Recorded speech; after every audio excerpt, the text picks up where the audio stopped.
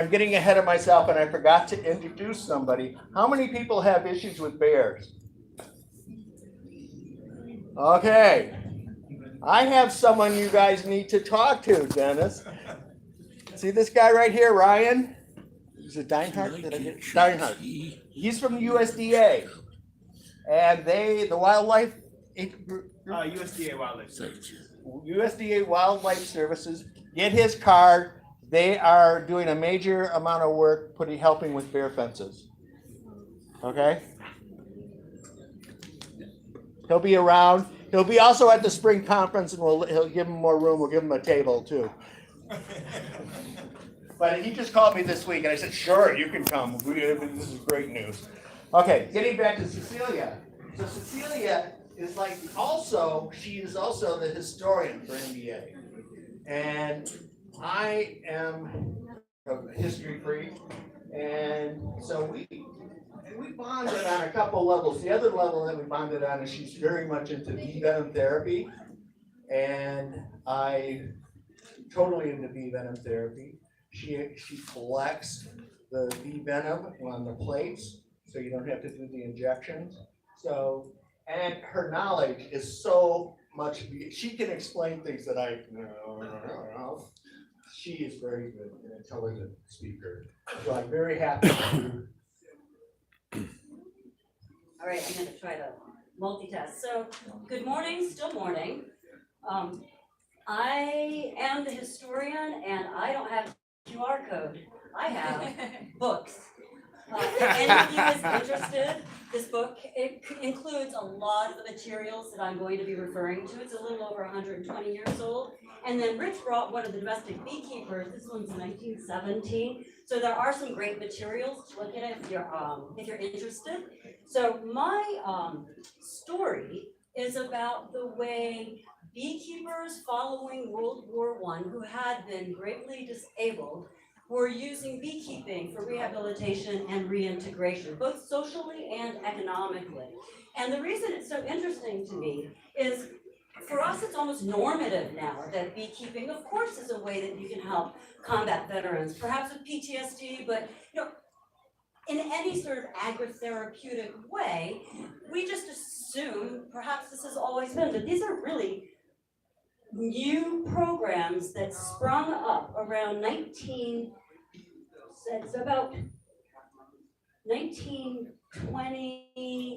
a little earlier, maybe 1920s. I'm sorry, in the 2020s, 2015s, they proliferated, particularly because, as you probably know, suicide rates were skyrocketing.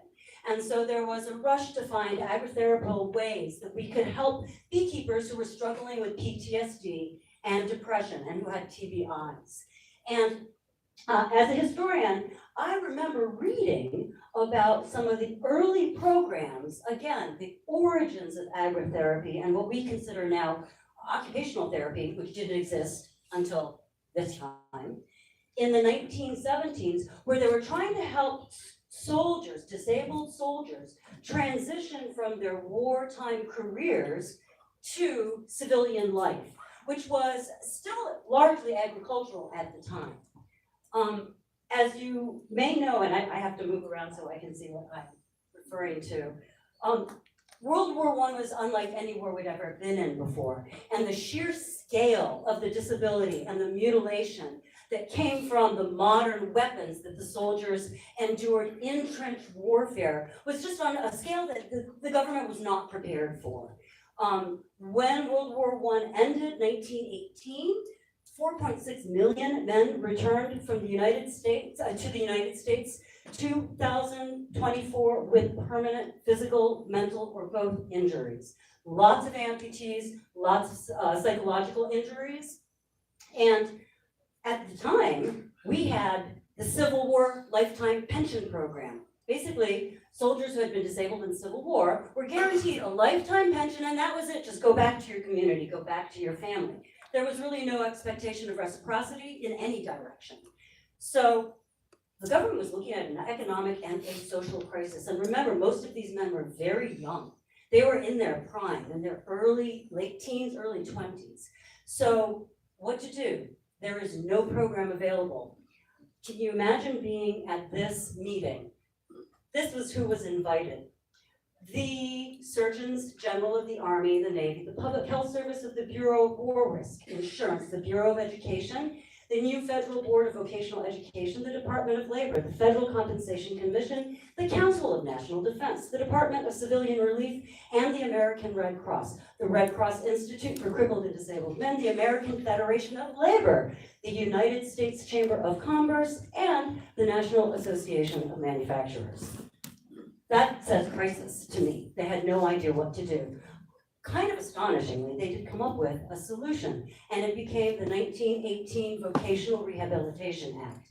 And this replaced that Civil War lifetime pension program with a promise of medical and industrial rehabilitation for those disabled veterans, with training for wage-earning jobs so that they could become self-supportive as well as supportive of families. Challenge, of course, was that these soldiers had to choose to take these courses of rehabilitation and re-education, because there's some of this I'm going to talk a lot about. Another challenge was 25% of those soldiers were illiterate or foreign-born. So, how to do this? One of the first things they had to do was sort the disabled soldiers. And as you can see here, and I'm sorry for some of the images are a little blurry because I'm working with really old materials and often just taking pictures of them with my own phone. The insane, for example, are sent to General Hospital number 4 at Fort Porter, New York. The blind and deaf, number 7, Willem Park, Baltimore. Epileptics and neurotics, number 13, Dansville, New York. Special provision for amputations is made at Walter Reed and Letterman hospitals. Walter Reed also took the majority of the what were considered shell shock or the war neurotic patients too. So first we sort the disabled, and then we try to figure out, well, they need to have the right mental attitude. And they're not the only ones for which the right mental attitude on the part of the disabled man is essential, but also on the part of the public. Because the public had just won the war. They don't want to see all of these disabled young men walking around on Main Street. So how do we try to shape the attitude of those men and of the public in order to make this a success rather than an absolute implosion at this period in our history? So the propaganda machine cranks up, and what they start putting out are, in this case, 42 military hospital magazines, but you can also subscribe to them that carry on. Stars and Stripes over here, the one I talk a lot about, Vocational Rehabilitation Series. Some of you may be familiar with them if you do know much about World War I history, particularly Carry On. But they all promoted a creed of the disabled soldier that promised him an identity of virility, of honor, of productivity, as strong, if not better, than before he went overseas. That the creed of the disabled soldier reads that I want to feel I have a place in the world, seeking no favors and given none, a man among men, in spite of this physical handicap.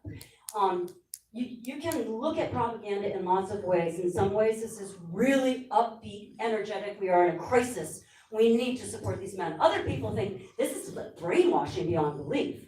I don't know. I don't know how to interpret it. But it's a really important period in our history that shaped the character of Americans at the time, which was, regardless of your station in life, your disability, you need to make for yourself and be a productive member of society, regardless of your circumstances.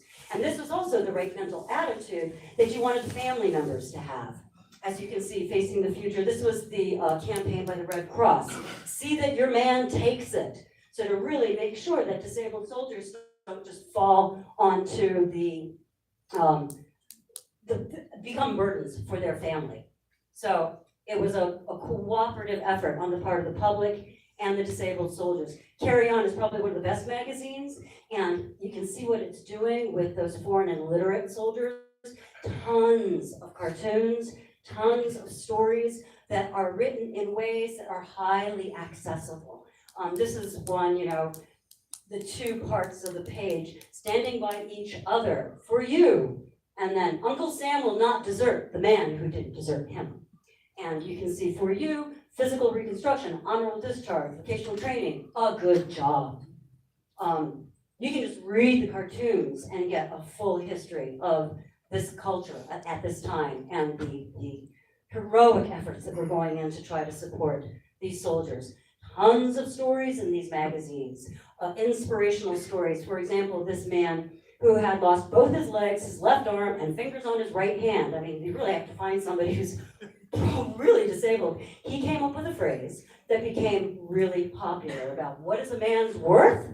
Well, from his neck down, a man may be worth $1.50 a day, but from his neck up. And so always you'll hear this refrain, from the neck up, a man is worth more than from the neck down. And this is important because from the neck up, you have wage earning abilities because a disabled man who is profitably employed is no longer handicapped. It is an idea, you can consider it brainwashing or incredibly optimistic, that disability can be absolutely overcome.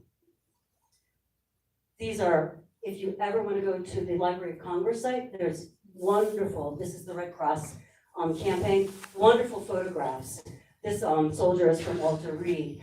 Many of the soldiers, again, because of the nature of trench warfare, if you visualize it where their arms are up and they're shooting, a lot of men lost their arms. And so prostheses were common, and because of this sort of industrial era optimism, a lot of those prostheses ended up being the actual tool that the man was being retrained to use. So he is a welder in lots of ways. The compass and T-square promoted a lot for one-armed men.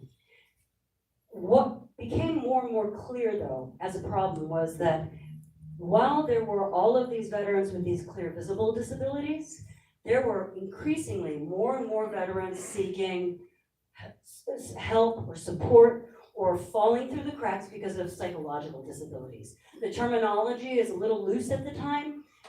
In 1915 in Britain, where it was becoming obvious that psychological damage of the stress of being shelled continuously, hour after hour, that there had to be a term for it. So they called it shell shock because they knew it was associated with that kind of stress and bombardment. Later, in about 1917, the medical establishment came up with the term neurasthenia or war neuroses because they knew it had something to do with the nervous system and that the nervous system had endured some sort of damage that was lasting. We call it today, 1980, if you think about it, it's not that long ago, PTSD was the term that was created. And the language, this is from Carry On Again, was about invisible wounds. How to get the right mental attitude of those men toward their wounds, but also of the public toward those men. So, for example, it says that it is important to treat these men as honorable as their brothers who are obviously handicapped, but that the wounds they carry are invisible. And as it says up there in the invisible wounds, more and more it becomes evident that efforts in rehabilitation must be directed toward the man who looks all right, but isn't. That picture is something else, I also think. So the vocational rehabilitation series, that's the book that I have, and I have the collection. It is 44 courses that were being offered to disabled soldiers across the nation. And it's a really interesting series of sort of pamphlets, or what they're called opportunity monographs. Monograph meaning this is a little bit of information just on one topic, so we would think of them almost as pamphlets. And they are organized so that they are address the disabled soldier, because they would be circulated, and there were lots of staff walking around the hospitals offering these courses of action, advising disabled soldiers on their courses of action.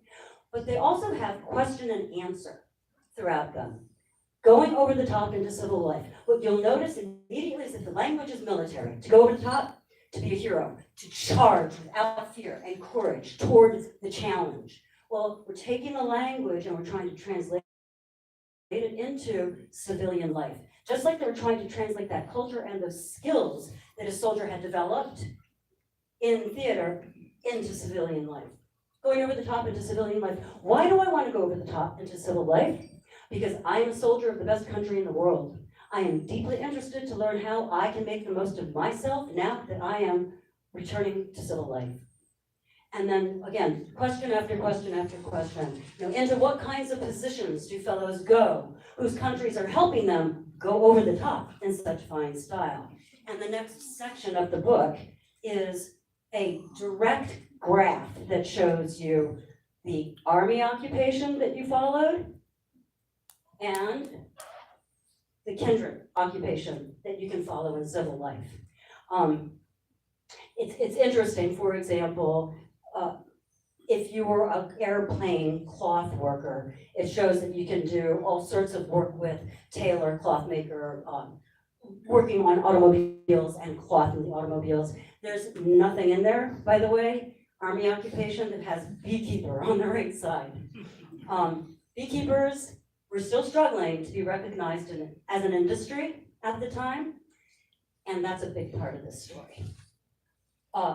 It was becoming clear that the best form of rehabilitation for soldiers with neurasthenia or neuroses was agricultural, particularly if it could be agricultural in a sort of secluded way.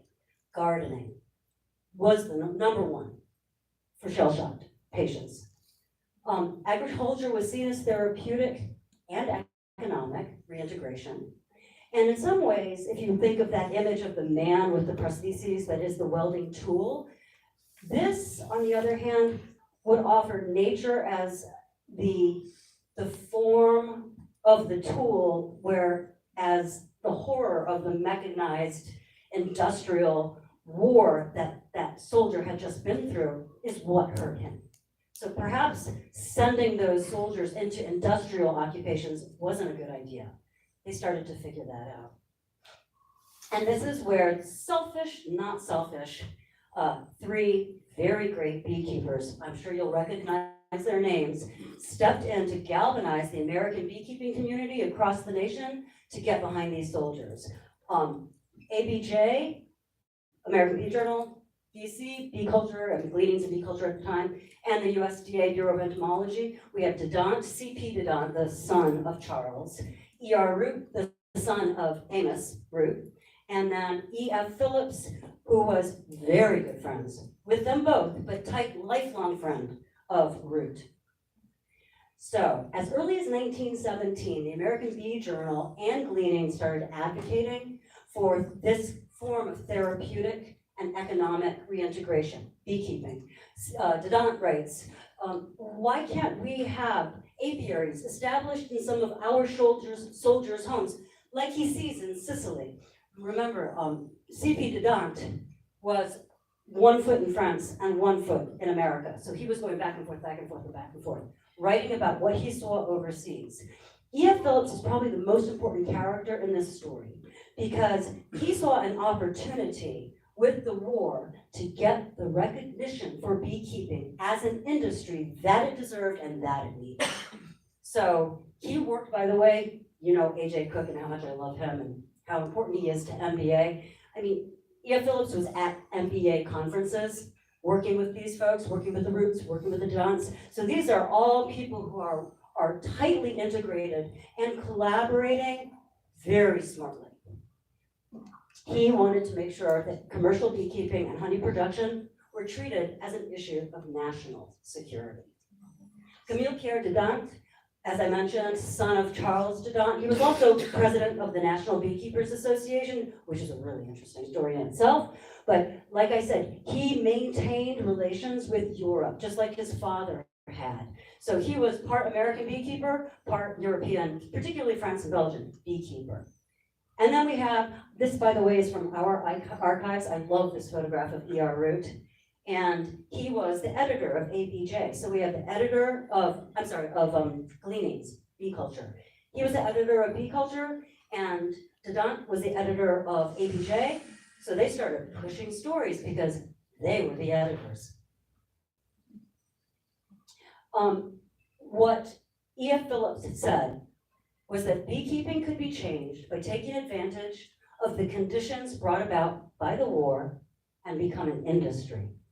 He said, in his book, it's a really fascinating book, Beekeeping in the War, that wartime sugar shortages provided patriotic beekeepers with an opportunity to mobilize for war by joining clubs and attending conferences to ensure stable honey pricing and nationwide knowledge sharing, to identify beekeeping organizations as essential for the creation of a standardized scientific approach to beekeeping or to apiculture, and to provide for the nation's suite against the sugar industry. And you can hear part of that also is this issue about national security.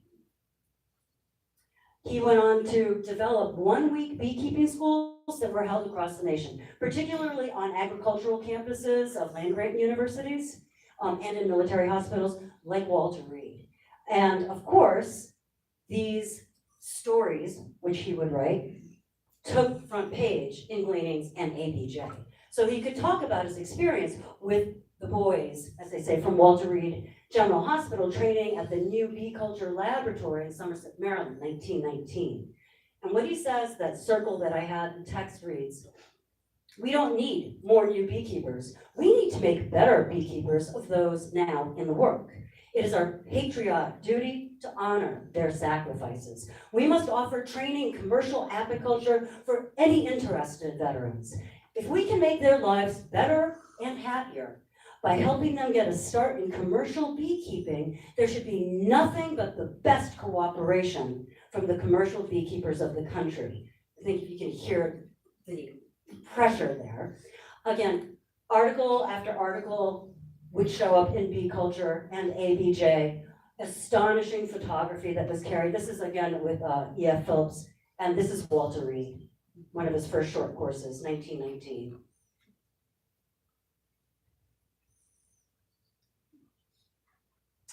He was so successful, and I would say in collaboration for sure with those national publications, that they so stimulated beekeeping that there was an increase in honey production by 400%. And it's actually called the era of liquid honey production began, because what were they doing prior to the liquid production? It was comb.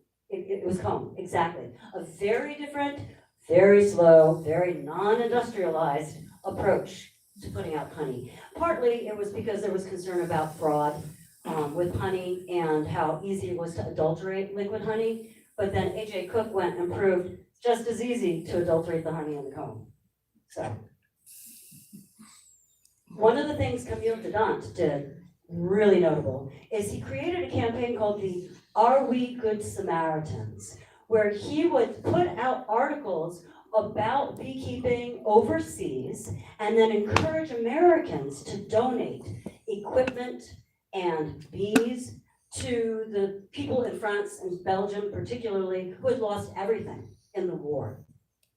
And he would have published these articles which were appeals, but he also published lists, by which I mean, I'm getting a little ahead of myself. Just quickly about Dedant, he was really influenced by a conference that was occurring in Europe called the Inter-Allied Conference on the Aftercare of Disabled Men.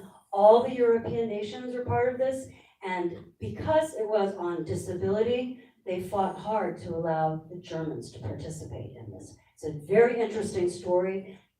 Hardly any research out there on this. So if you want a topic to explore that one. But as you can see in the British Bee Journal, it's talking about beekeeping as one of the occupations to which a discharged limbless soldier can turn his energies. So in Europe, Dedant saw this happening and started producing these articles and what I was talking about, lists. In one article, he says, the American Bee Journal now offers a subscription to help these French and Belgian beekeepers whose entire resources have been destroyed and who, even with the German indemnities, will still be suffering. And he goes on to say that we will be publishing a list in the journal, and we will head the list as follows. Dedant and Sons, 200 pounds of foundation. American Bee Journal, 10 Italian queens. C.P. Dedant, 500 francs. In the next page, it says, I have just read your editorial. I am enclosing a check for $100. Use that 100 as you think best for France and Belgium. Down to Mr. Denon. I'll meet that man's subscription. Exactly, put my name on the list and I'll send you my check. And this is what I mean by lists. He's listing the names of the donors. Sorry, I keep walking in front of that. He's listing the names of the donors and how much they donated. So smart. He was so successful in restoring the apiaries in France and Belgium. He was knighted by the crown of King Albert in Belgium for his services. A little quick story on this. I had read about this somewhere, and so I wrote to Dant, and I said, I hear C.P. Dant was honored. Do you have any information? 30 minutes later, I got that picture. Oh yes, they remember, and they want everybody to know. So, this does appear in an ABJ. I just couldn't find it at the moment, so I just fired off a note to Don, and they were very happy to provide. Again, ABJ and bee culture were really instrumental in promoting the vocational rehabilitation series, this collection of 44 courses. And they would talk about how to apply for these classes, where they were being held, which is at Agricultural College, East Lansing, Michigan, familiar.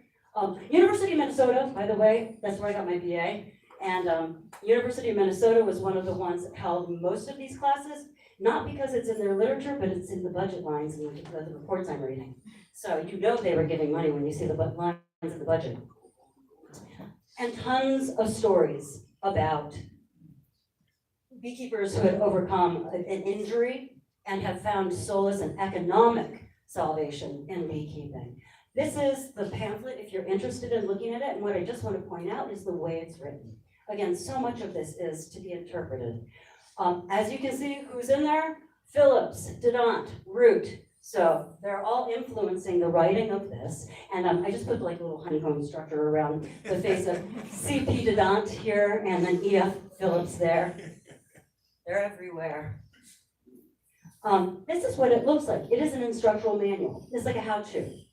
And it talks about the different types of equipment that one would need, or what are the different types of bees. I mean, it's really basic information, except that it's laid out in a way so that running up and down the margins are statements of propaganda.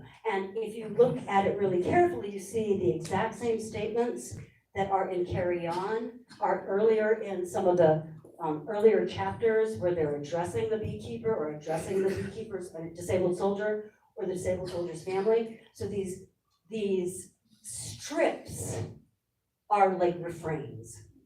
And the ones that I just showed you there read, will you carry on? Again, the military language. If you need a new arm or leg, that will be provided for Sundays and one for the workshop.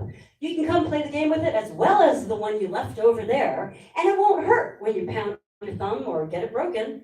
Besides, you can get a new one anytime, and it is warranted against rheumatism. So is that gallows humor, or is that, what is that? It's fascinating. While you are learning your new occupation, you will be paid a regular allowance to cover your living expenses, and your family will be paid an allowance for their support. So again, that really important relationship between the soldier and the family, and that sort of economic stability that disabled soldier wants to be able to provide. And then training counts. You know it, for it was training that helped you beat the Hun. Lots of lots of inspiring pictures in this instructional manual of disabled beekeepers and happy families beekeeping together with their disabled soldiers.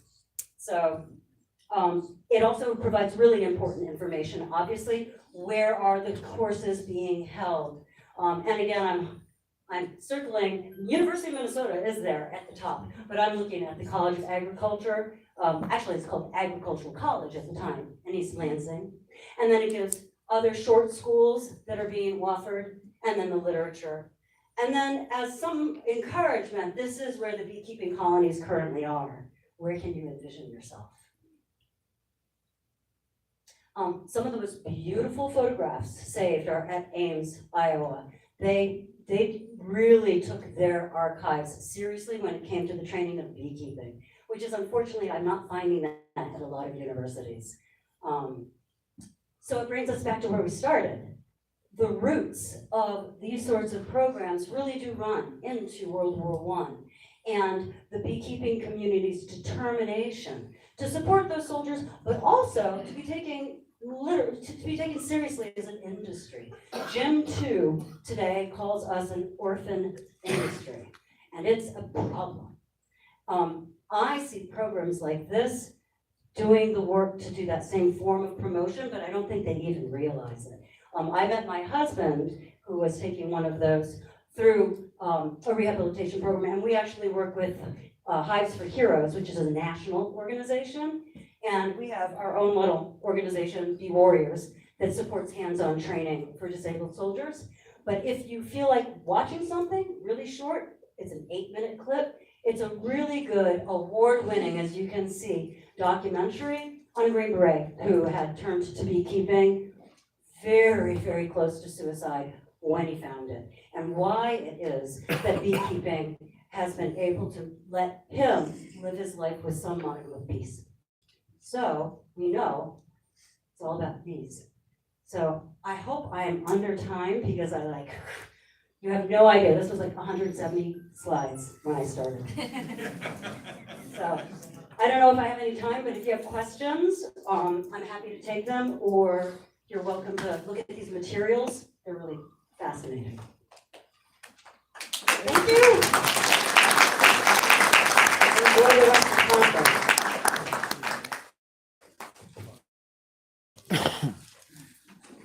And I'll leave this up here for now. Don't walk off with it. I'll get destroyed by the University of Michigan.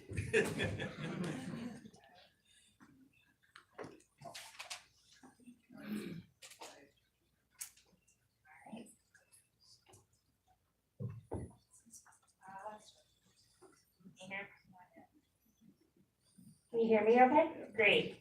All right, so next up we have Nick Kaminsky. Nick is a first-generation beekeeper and the owner-operator of Hickory Tree Farm Apiaries in Kent City, Michigan. Nick has been keeping bees for 10 years and as a Marine Corps veteran has been a participant of and now instructs for Heroes to Hives. As the operator and beekeeper for the Hickory Tree Farm Apiaries, Nick manages 100 migratory colonies between Georgia and Michigan, as well as producing queen bees and nucleus colonies for sale. All right. What are you gonna need before we get started? I'm gonna need a clicker. Okay. All right, and then we need to. I have my mic though. Okay. So Cecilia, can I borrow your clicker? All right. Are your slides preloaded? It should be.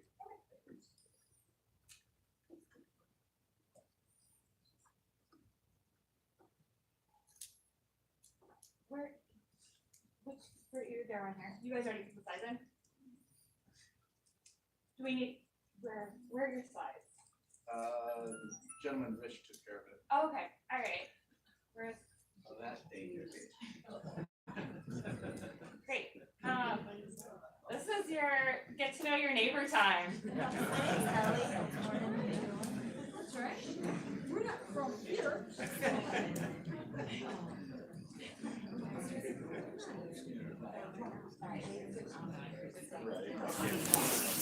You don't have a flash every No, we gave it to him. Yeah, I need to look at that one. It's not your. Okay, it'll be okay. Sorry, I thought everything was great. It's all right. Well, we're gonna. All right.